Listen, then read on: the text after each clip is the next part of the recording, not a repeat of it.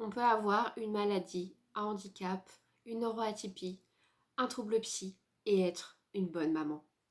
Moi, je suis April, je suis maman de 2 enfants bas âge, je suis autiste avec TDAH et sur cette chaîne, je m'engage à parler de la santé mentale des personnes autistes pour déstigmatiser l'autisme et apporter des informations qui pourraient vous être utiles pour mieux vous comprendre.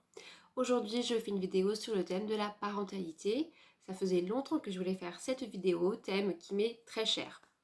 Alors, si je fais cette vidéo, c'est parce que je me suis rendu compte que j'ai eu une petite période durant ma première grossesse, au cours de laquelle j'avais des doutes, j'avais peur d'être une mauvaise maman, ou plutôt d'être une maman qui ne serait pas aussi performante que les autres mamans, aussi attentionnée, aussi à l'écoute, aussi attentive à son bébé, parce que j'étais autiste, parce que j'avais une neuroatypie, et puis aussi parce que j'avais d'autres choses, notamment beaucoup d'anxiété, que j'étais très sensible, que j'avais des troubles de l'attention, etc. Pourquoi? Eh bien parce que j'associais la maternité au fait d'être parfait, parfaite, et surtout au fait d'être fort mentalement, d'être solide, d'être ancré, d'avoir une vie équilibrée, et bien sûr le moins de problèmes de santé mentale possible. Et pourtant, c'est vrai que le jour où j'ai décidé de devenir maman, l'année, la période au cours de laquelle j'ai pris cette décision avec mon compagnon, la prise ensemble, j'étais particulièrement bien dans ma vie. J'étais particulièrement ancrée, particulièrement épanouie, que ce soit au niveau professionnel ou personnel. J'avais beaucoup travaillé sur moi. Donc je me sentais prête, ça semblait être le chemin logique. Et surtout, j'avais laissé de la place dans ma vie pour la maternité, pour la parentalité. Et pourtant, je continuais à avoir des doutes sur ma capacité à être une bonne maman en tant que femme autiste. Et ce, pour plusieurs raisons. Déjà, parce que je me considérais comme une personne fragile. Quand je dis fragile, je pourrais dire sensible, instable, c'est-à-dire avec beaucoup d'émotions, avec beaucoup d'anxiété, avec parfois des périodes de fatigue, de déprime profonde, de remise en question, une tendance à être très poreuse aux autres, à mon environnement. Et je sentais que la dépression du postpartum me guettait, ainsi que le burn-out parental. Que j'étais plus à risque parce que j'étais cette personne qui pouvait pleurer facilement et que j'avais intériorisé le fait que j'étais quelqu'un de fragile, et parce qu'aussi on me l'avait beaucoup dit. On m'avait beaucoup gaslighté. Je vous renvoie à la définition du gaslighting au cours de ma vie. À chaque fois que j'exprimais quelque chose qui me dérangeait, un besoin ou ce que je ressentais, on me renvoyait le fait que j'étais trop sensible. Et donc j'avais intériorisé le fait que j'étais trop sensible, que ma sensibilité était un problème et qu'il pouvait me causer du tort. Et par extension que j'étais une personne fragile, parce que mes émotions vont très vite, elles changent souvent et que ça peut effectivement me mettre en difficulté. Il y avait la deuxième raison, la principale, c'était le fait d'être autiste. Et je me disais, mais est-ce que dans ma relation à mon bébé, il va pas y avoir des choses qui vont m'échapper, que je ne vais pas voir parce que je suis autiste? Est-ce que je vais avoir suffisamment d'empathie, d'amour pour comprendre mon petit bébé? Quand je sais qu'il y a des moments où j'ai du mal à identifier mes propres émotions, à les exprimer et à repérer celles des autres. Et puis, est-ce que je vais avoir l'énergie nécessaire pour tenir le rythme? Est-ce que le fait d'avoir moins de temps pour moi, de moments de solitude, pour me ressourcer, ne va pas me plonger dans des burn-out autistiques à répétition? Et le fait d'avoir besoin de prévoir et d'anticiper à chaque fois, est-ce que quand je vais devenir maman, ça ne va pas me plonger dans une profonde anxiété? Et ces questions, vous pouvez les transposer à votre cas personnel en fonction de votre handicap, vos difficultés, particularités et enjeux dans votre vie. C'est normal de douter, c'est même sain. Le contraire aurait été quand même inquiétant. Mais douter à ce point qu'on puisse être un bon parent, une bonne mère à cause de son handicap, son trouble, appelez-le comme vous voulez, ben, en fait, ça s'appelle de l'autostigmatisation, sans doute nourrie par extension par la stigmatisation que nous renvoie la société. En mode, attendez, elle a déjà beaucoup de problèmes, elle a suffisamment de difficultés, elle va pas en plus en rajouter une couche en devenant parent, en devenant maman. Et il faut dire qu'il y a certaines personnes qui se croient tellement incapables, dysfonctionnels, qu'ils renoncent à ce projet de devenir parents, quand bien même ils en auraient envie, voire ils ne l'envisagent même pas. Ça ne leur paraît même pas possible. Ils ne l'envisagent pas pour eux-mêmes parce qu'ils se croient défectueux. Ça, c'est de l'autostigmatisation. Et c'est triste. Et c'est quelque chose qui, pour moi, n'a pas été pensé en termes de prévention et en termes d'accompagnement à la parentalité dans le projet de devenir parent et ensuite dans les premiers temps où l'on devient parent. Et je vais vous dire, c'est pas blanc ou noir. C'est pas parce que j'ai un handicap, ah bah c'est foutu, je ne pourrai jamais y arriver. Je renonce une bonne fois pour toutes à ce projet. J'ai cette envie, j'ai ce projet de devenir parent. Quelles sont les étapes pour y parvenir, pour mener à bien ce projet? Comment puis-je faire en sorte que ce projet puisse devenir réalisable, voire puisse se réaliser en prenant en compte qui je suis, c'est-à-dire mes ressources, mais aussi mes limites et mon environnement. Et ça se fera peut-être pas tout de suite, ça se fera peut-être dans 5 ans, dans 10 ans, ça se fera peut-être jamais, malheureusement, mais il est possible de l'envisager. On laisse une porte ouverte, surtout si c'est un désir profond pour la personne, parce que sinon, quelle violence. Et c'est ça aussi la philosophie du rétablissement en santé mentale, c'est on chemine, rien n'est figé, on gagne en autonomie au fur et à mesure qu'on se connaît et qu'on apprend à vivre avec qui l'on est dans la globalité et en acceptant que le chemin puisse être long et qu'il peut y avoir des rechutes, voire qu'il puisse aussi y avoir des échecs. Mais on ne peut pas réussir si on n'a pas essayé. On ne peut pas échouer non plus si on n'a pas essayé d'ailleurs. Et ce cheminement-là, cette façon de considérer notre prise avec la réalité, eh bien ça rend aussi créatif, ça rend déterminé, ça permet d'avoir un but, de se fixer des objectifs, mais surtout ça rend libre, la liberté de mener la vie que l'on a envie de mener, ou en tout cas d'essayer de la mener.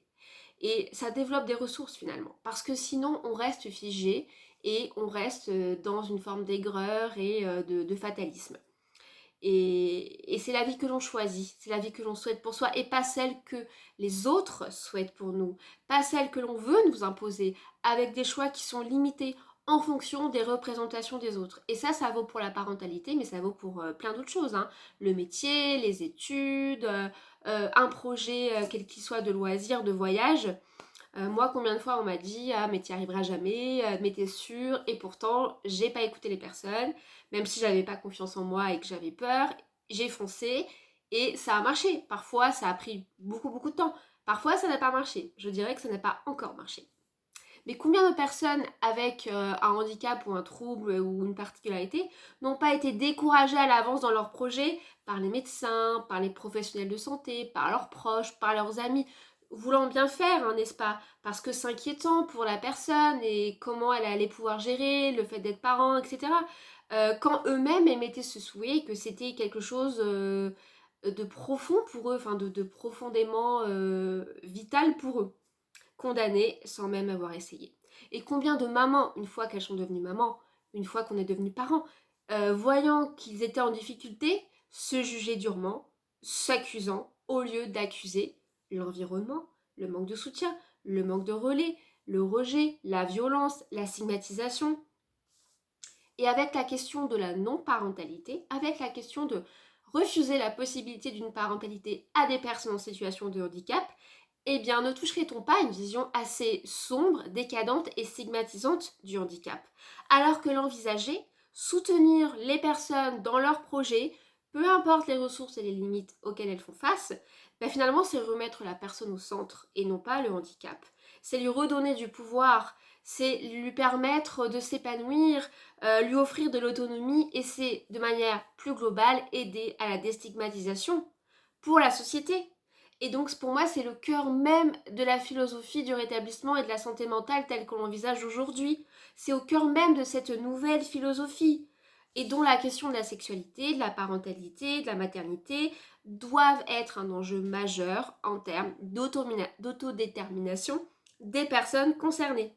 Mais le problème, c'est qu'on s'arrête trop sur les freins au lieu de voir les ressources, le potentiel, les capacités, les stratégies d'adaptation.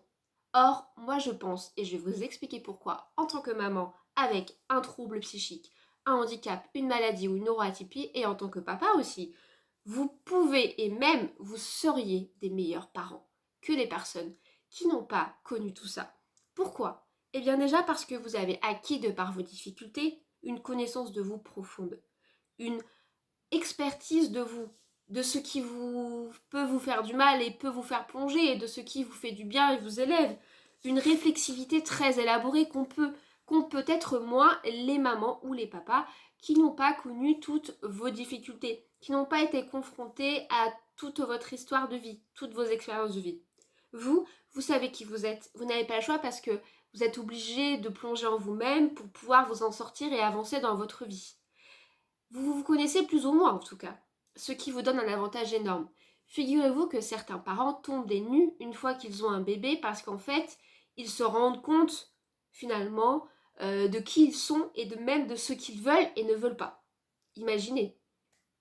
Ensuite, comme vous avez beaucoup galéré, souffert dans le passé, eh bien vous avez appris à vivre avec des galères toute votre vie et vous avez développé des stratégies d'adaptation, une capacité extraordinaire de trouver des solutions, d'avancer, rien ne vous fait peur et ça c'est une ressource profonde.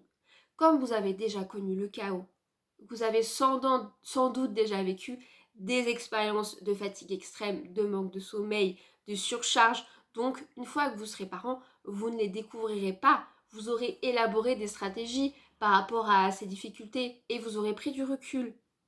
Vous êtes aussi sensibilisé aux risques de santé mentale comme vous y avez été confronté et vous avez appris à gérer votre trouble. C'est-à-dire que vous voyez sur le long terme, vous avez appris à baliser un chemin de rétablissement pour ne pas rechuter. Vous savez prévenir plutôt que guérir, planifier des étapes, si besoin, demander de l'aide. Vous êtes organisé. Vous connaissez aussi les professionnels qui pourraient vous aider et vous savez vous entourer. Et comme vous savez qui vous êtes, vous connaissez vos ressources, mais aussi vos limites, ce qui vous donne un avantage énorme, parce que vous savez ce que vous pouvez et ne pouvez pas faire, ce que vous pouvez déléguer ou pas. Et peut-être également que vous vous embarrassez moins que les autres des conseils non sollicités, du jugement. Vous avez développé un détachement par rapport à ça, parce que vous en avez été confronté toute votre vie. Et donc, rien ne peut vous atteindre, ou en tout cas un peu moins que les autres, vous ne tombez pas des nues, la violence, le rejet, l'exclusion, vous connaissez par cœur. Et d'avoir traversé toutes ces épreuves, est-ce que ça ne vous donnerait pas, en tant que parent, en tant que maman et en tant que papa, une profondeur, une humanité, une empathie particulière, peut-être plus intense, peut-être plus forte et plus durable pour votre petit bébé, pour ce petit être, parce que vous connaissez le prix de la souffrance et de la solitude. Et donc, est-ce que ça ne va pas, au contraire, vous permettre de chérir encore plus votre enfant et de vous battre encore plus pour cet enfant et pour vous, et de construire des remparts sécurisants pour votre enfant, pour ne pas vivre ce que vous avez vécu, pour ne pas que lui vive ce que vous avez vécu. Et personnellement, devenir maman m'a montré que j'étais une bonne maman, ou en tout cas une maman correcte, ou une maman satisfaisante, non pas parce, malgré le fait que j'étais autiste et que j'avais toutes ces difficultés, mais justement parce que je suis autiste, je suis une bonne maman. Je pense que j'ai développé beaucoup de qualités, beaucoup de ressources de par mon autisme et de par mon histoire de vie.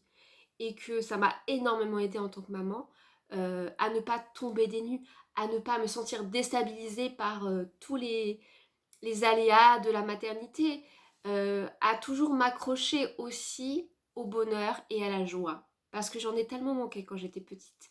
Et maintenant, chaque petite parcelle de joie, je la chéris. Et pour moi, mon petit bébé, mes bébés, c'est vraiment des miracles en fait. C'est des miracles et je crois que la maternité a un goût vraiment particulier pour moi de par mon histoire. En tout cas, je dirais que devenir parent aide à la libération aussi de quelque chose. Et ça sera sans doute l'objet d'une autre vidéo. Et ça peut aider de manière plus générale à rompre les préjugés, à aider à la déstigmatisation des troubles psy, du handicap et de la maladie mentale, ou de la maladie tout court, ou à la neuroatypie.